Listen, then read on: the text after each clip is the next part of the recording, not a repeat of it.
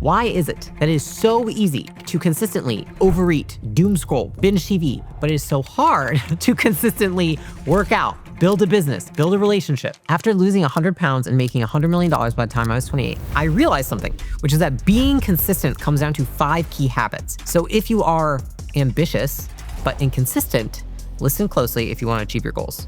Number 1 is make the behavior survive bad days. The first thing that you need is essentially what I call a bad day plan.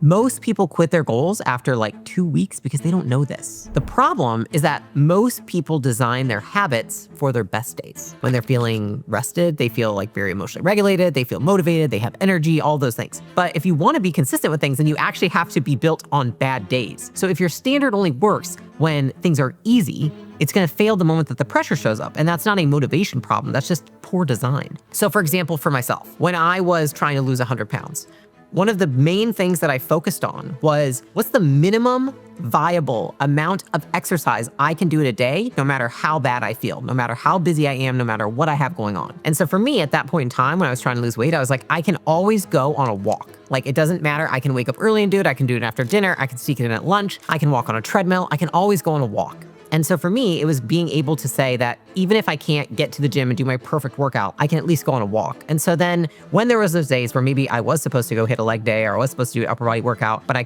couldn't really do that because maybe my schedule didn't allow. I was flying somewhere and filming and doing this, that, or speaking at an event. It was like, okay, at least I can get my walk in. And so if you think about it, right, you want to have your baseline plan, which is essentially your bad day version. If things don't go as planned, which life doesn't go as planned many of the times, right? Think about all the days in the last like 14 days, like which one went as planned? Like there's so many days that do not go how we want them to go. At least I will speak for myself here. And then we need our good day version, which is I'll call stretch plan, which is like, what are we gonna do on the good days when we have extra energy, we have extra X, right? So a good example is if you want to start making content online, your baseline version might be, I'm just going to write a tweet today. Like that's it. I'm gonna write a tweet or write something on Threads, right?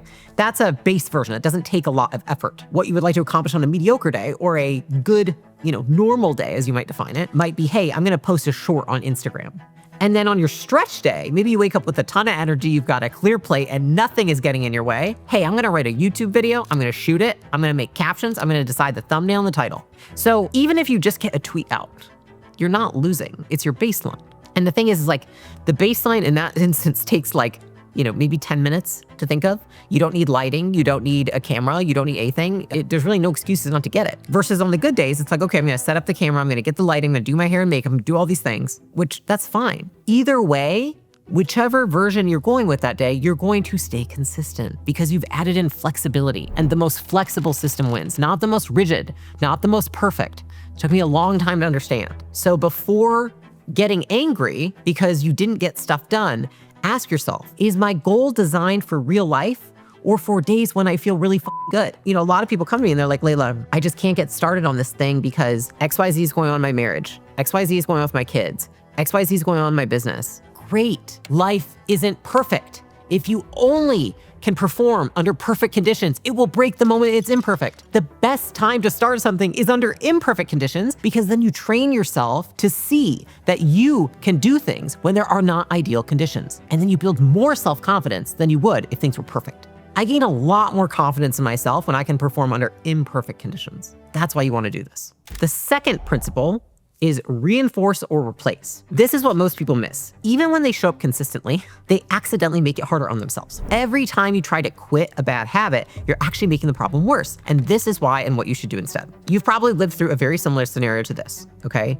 You are skipping workouts and scrolling in bed for 30 minutes in the morning. So you're like, you know what? I'm sick of my bullshit. I'm gonna set an alarm. I'm gonna put my phone across the room, and it works for you for like 4 days. And then the next morning, you're exhausted. You find yourself scrolling on your laptop instead. Now, why is that? You didn't want the phone. Why is it that even when you put the phone away, now you've grabbed the laptop? It's not about the phone. You wanted to transition from sleeping into real life. And so you're looking for something to do. There's some kind of fix you're getting from the phone, and now you've transferred it to the laptop that was doing that job. They're both doing the same job for you. They just look different. This is just how humans work. Right? If I took the piece of cake from you, you'd grab the cupcake. People repeat what feels good and they avoid what feels bad. TLDR on life. And this applies to good habits too. So if doing the right thing feels rushed, it feels thankless, it feels like it's not going anywhere, your brain doesn't want to keep doing it. Not to say, if you remove a bad habit without replacing what it gave you, something else will fill the gap, and usually not something that moves you towards your goals, usually something that moves you away from your goals. So the secret to stopping a bad behavior is not just remove the bad thing, but break it down into a two-part process. First, reinforce the behavior immediately. Check it off and say done. Create some kind of moment of completion, a moment of satisfaction. So here's an example for you. If you're trying to lose weight and every time that you throw away something that you were gonna eat that was bad for you, maybe it was a candy bar or a piece of cake or whatever, you get to put $1 into a jar. And what happens over time is every time you do that, you put the $1 into a jar, you start building up this little piggy bank essentially, and then eventually you can use that to buy whatever you want for yourself. So now what you've done is you have positively rewarded yourself for not eating the thing. That's the first thing we wanna do, is we wanna essentially link giving up a behavior with some kind of reward. Something that's great is I tell people all the time, like, use your spouse. You know, something that me and Alex will do for each other is like, I'll tell him the things I'm trying not to do and he'll like congratulate me and reward me for not doing them. And so, for example, if I were trying to lose weight, I'd be like, hey, every time I don't eat dessert, I don't go for the candy, can you give me a hug and tell me you love me? He absolutely has done that for me before. And it works amazingly. And actually, I think it works better with somebody else than it does just with yourself. So if you have somebody that you're with, you have a partner or a friend, and they can cheer you on, is a fantastic use of the relationship. Now, once we've rewarded the thing that we have stopped, now what do? We actually want to replace the function of the bad habit. Ask this: what did the habit give you?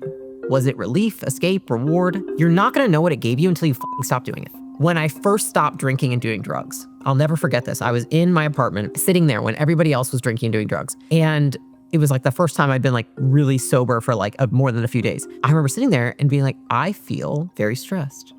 And then I was like, why do I feel so stressed? And I was like, I feel very stressed because I have so many things. I have so many responsibilities right now. And I think I'm very anxious being in this new social situation. I'm living in this apartment with all these people. I don't know how to socialize unless I'm drinking or doing drugs. Like, I remember all these thoughts started flooding to me. And then I had the urge to drink. And that was the moment that I realized why I drank. I was like, oh, I drink to feel more comfortable because I'm stressed. It gets rid of it. So then I said to myself, what can I replace it with?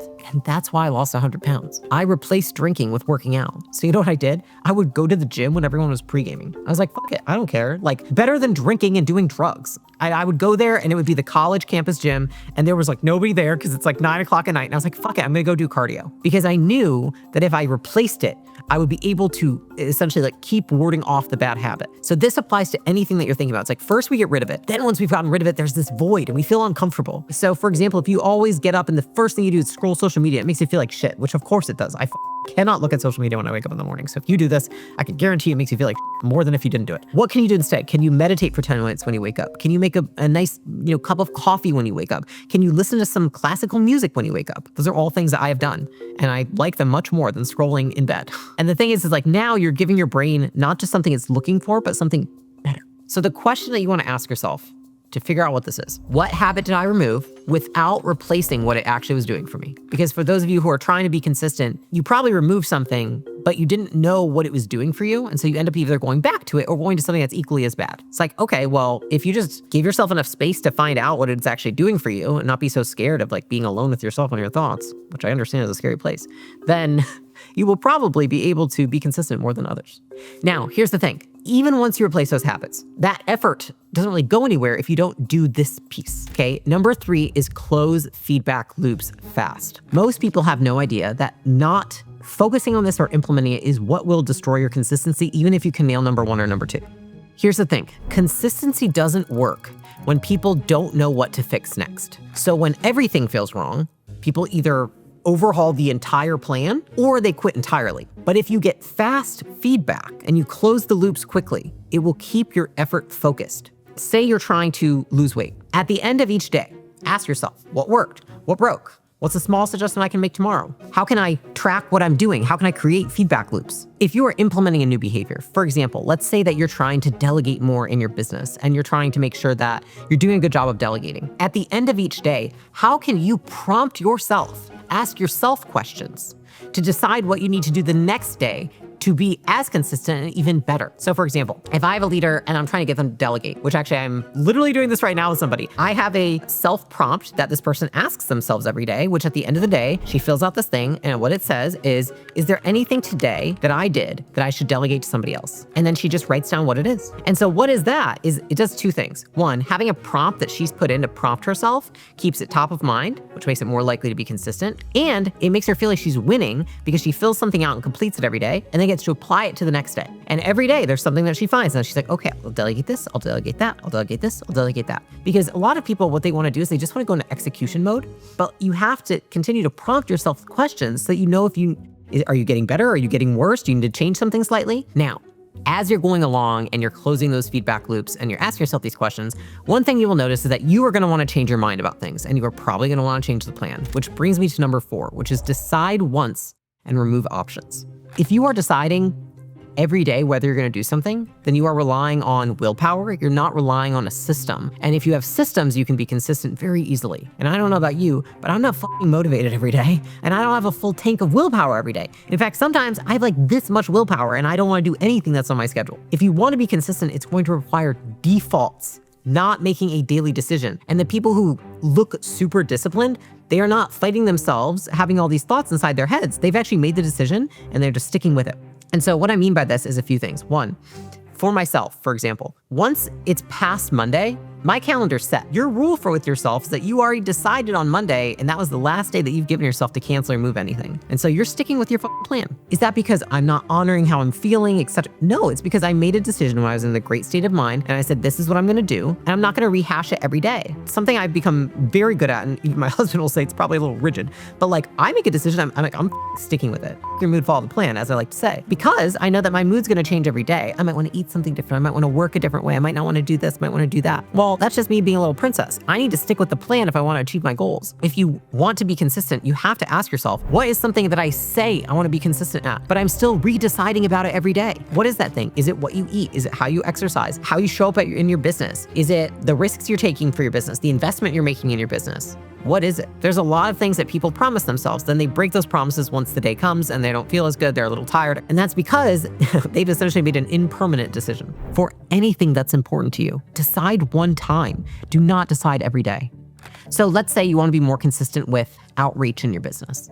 You're like, if I reached out to 10 of my ideal clients a day, my business would blow up. Okay, well, let's decide once, which is like, if that's the truth, why aren't you doing it? Let's decide now. Okay, you're gonna reach out to 10 clients a day. When are you gonna do it? Every day at 9 a.m. Before you open an email. Where? At your desk. In what? HubSpot. What does done mean? It means that you sent 10 messages. That's it. You write that down, and it's like, great, I'm gonna do that until my business hits $50 million, and you don't stop. The only reason that people stop is because they are not following these, I would say, like rules, right? Maybe they're like, oh my God, at 9 a.m. every day, though, but at 9:15 I have a huddle, but I still have to do it at 9 every day. And maybe, okay, well, then great. Like, that's why we have to apply the bad day one, which is like, hey, if it's an inflexible day, if you're traveling, etc., then maybe that's not the rule for you. Maybe you need to do it at 6 a.m. or at 6 p.m. or there's lots of things that we can factor in here. The point is that you're not renegotiating the decision. You are flexible in your approach. You're not flexible in the decision that you make to get there.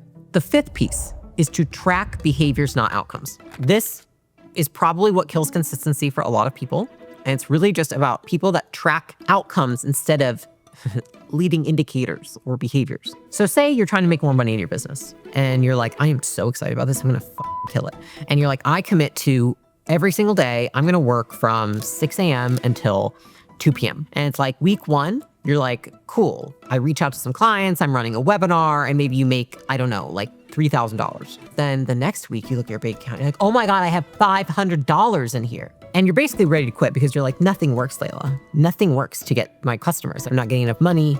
Nothing that I'm trying worked. You were doing the work, but you only gave it a week. The fact that you think a week is enough time for something to happen in your business is insane. And that is why you cannot look at the outcomes. You need to track your behaviors. People do not quit because the results are slow. They quit because progress feels invisible and slow. outcomes like making $10,000, $15,000, $50,000, $100,000 take time. But if you measure your progress based on immediate feedback of your behaviors and what you do, and you track those and you don't track the results yet, then you will actually be able to hit your goals. What happens too many times is that because you're tracking outcomes and not behaviors, you then start to change what you're doing. And you change it so many times. It's like the girl who's like, I don't understand. I tried the banana diet. I tried low carb. I tried keto. I tried this. I tried 16 diets last year. I'm like, well, no, they all didn't work. You didn't give anything enough time to work. What are we talking about? You're not consistent because you keep changing the plan, because you're measuring results and you're not patient enough. If you're not tracking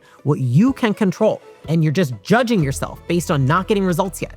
In fact, the results of the body you have today, of the business you have today, of the relationship you have today, they are not a byproduct of what you even did this last week. They're probably a byproduct of the habits that you've accumulated over the last 2 years. So if you want to change those things, think about how long it's going to take to change all those habits to have a new body, a new business, a new relationship. It does not happen overnight. So instead, what we want to do is we want to track 1 or 2 behaviors that you can tie to success. Successful actions lead to success. So let's track successful actions. And then you can ask yourself 1 question per day. Did I do this thing? If it's for your business, if it's for your body, did I eat this much protein? For your relationship, did I spend this much time with that person today? Did I have a meaningful conversation? And then at the end of the week, you can ask yourself an audit and say, like, did I do these things this week? Did I hit my daily minimum? And if that's a yes, even if there's no results, that's a win. And you give yourself a pat on the back, you put a little dollar in the jar, you take yourself out to dinner, whatever it might be, you congratulate yourself on the win. We tend to minimize the side quests that we take in our inconsistency, but they add up. 1 bite here or there from your kids' food, spending a little bit of money here and there in your business. All these things add up. Here's the thing. Consistent people are not better than inconsistent ones. They have just designed better systems to operate under real life conditions, under imperfect conditions. And they do not rely on willpower. They don't wait for some kind of like feeling or motivation. And they also do not moralize inconsistency. They treat it as data and they say, great, I'm gonna fix the system that I have in place. Because consistency is not a personality trait. It is an engineered outcome. If you can consistently eat like lose money and have that relationship, then you can be consistent in the opposite direction. And the thing is once you start to learn that and learn how to design it to work for you, not against you, it stops feeling hard and starts to feel like something you don't even need to try to do. If you are ready to be dangerously consistent, then go ahead and check out my other video on how to be dangerously confident in this next one. Also, if you want help on some behind the scenes intel of how I help my teams maintain consistency, I just launched what I call Laylo's Letters. I know it's a tongue twister, but it's essentially the weekly memo that I send to my team. It is unedited, it is raw, there's no GPT or copywriters in it, but you can check it out. If you want help with staying accountable each week, there's a link in the description below.